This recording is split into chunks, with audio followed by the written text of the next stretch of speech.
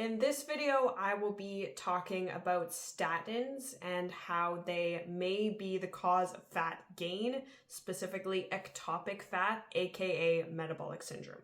I'll talk about what statins are, how they work, and ultimately why eating a healthy diet is the cure to heart disease.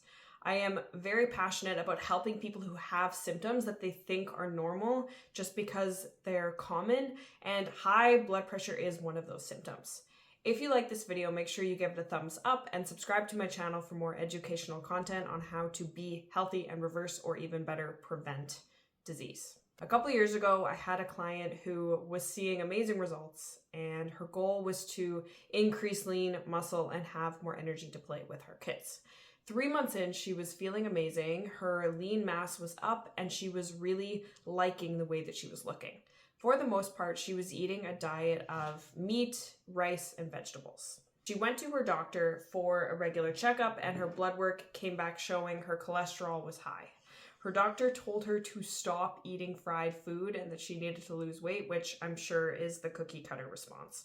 She came to her next session super annoyed because she was telling me what he had said, and we both knew that she didn't have fried foods in her diet.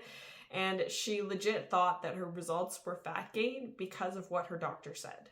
But I had the biometric impedance body scan results to prove that that was not the case. So I explained to her the different types of cholesterol and how it isn't always a bad thing when cholesterol goes up. Sometimes HDL cholesterol and LDL cholesterol increase with the increase of fat in our diet, but that doesn't necessarily mean we are at more risk of heart disease. I explained this to her because her doctor didn't have time to, and honestly, most doctors do not. So the reason why I'm making this video is because of scenarios like that one, which kept happening, where I was able to inform my clients on things that matter a lot, and it changed the trajectory of their decisions moving forward. Doctors are incentivized to see patients, not to spend time with patients. So they are actually de-incentivized to talk about lifestyle approaches because it would make them less money in the long run. So let's talk about statins. Your doctor will urge you to take statins if your LDL cholesterol is above a certain range that is listed as the reference range on your blood work report. The whole reason why statins were invented was to lower cholesterol. When you go to the doctor, they will do general blood work, and part of this blood work includes what's called a lipid panel.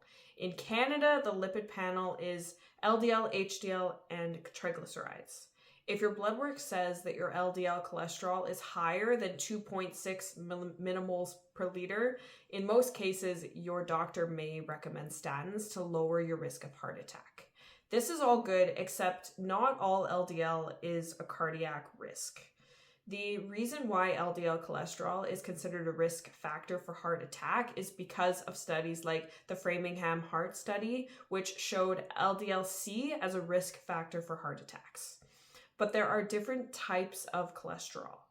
HDL, or high-density lipoprotein, is good cholesterol because it cannot get stuck in your arteries and increase risk of heart attack.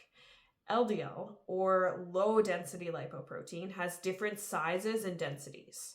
There is large buoyant LDL, so the basketballs, and the small buoyant LDL, so the golf balls. Large buoyant makes up 80% of LDL, and small buoyant makes up 20%. So just imagine 80 basketballs and 20 golf balls. Statins work by lowering type C, which is all the LDL combined. But in order to prevent heart disease, we need to be lowering the small buoyant, or the 20% of golf balls. So statins work by lowering all of them and taking away some of both types of balls, mostly the 80%, so the basketballs. And the only way to lower that 20% is through diet and exercise. The smallest LDL is called VLDL, or very low density lipoprotein. It is a cardiovascular risk because it is much easier for golf balls to get stuck in the arteries than it is for basketballs.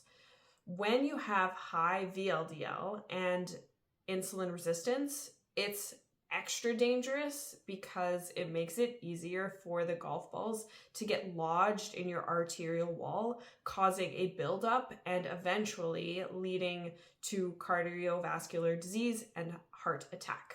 The reason why doctors tell us to eat less fat if our LDL is high is because large buoyant LDL goes up. So the basketballs go up with a high fat diet.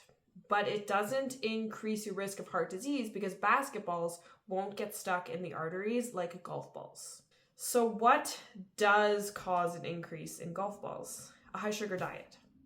Too much sugar will make your liver release more triglycerides, and triglycerides eventually turn into golf balls or VLDL in the bloodstream and signal your pancreas to release more insulin. So if we wanted to be extra nice to our heart, we would eat a low sugar diet so that we don't have a bunch of golf balls and insulin always beating up our arterial walls. Statin use has been correlated with more insulin resistance and weight gain. That might be because people get a little bit lazy with diet when their doctor tells them that they are now on a medication that lowers their risk of getting heart disease. If you have a hard time understanding insulin resistance, just imagine a traffic jam in your bloodstream leading to fat storage. It really seems like insulin resistance is at the root of most symptoms. So we do want to control blood sugar because the higher the blood sugar, the more insulin is released. So to sum everything up, what we learned is cholesterol is not bad. Only small buoyant or golf ball cholesterol is bad, which you can lower by eating less sugar. We also learned that statins lower the wrong kind of cholesterol, and statin use has been correlated with increased insulin resistance, which is at the root of most chronic disease we are seeing today. The ideal sugar intake for adults is less than 25 grams per day. Thank you for watching. If you like this video, give it a thumbs up and leave a comment. Also subscribe to my channel and hit the bell for more educational videos. And remember that your symptoms are common but not normal, and you can change them.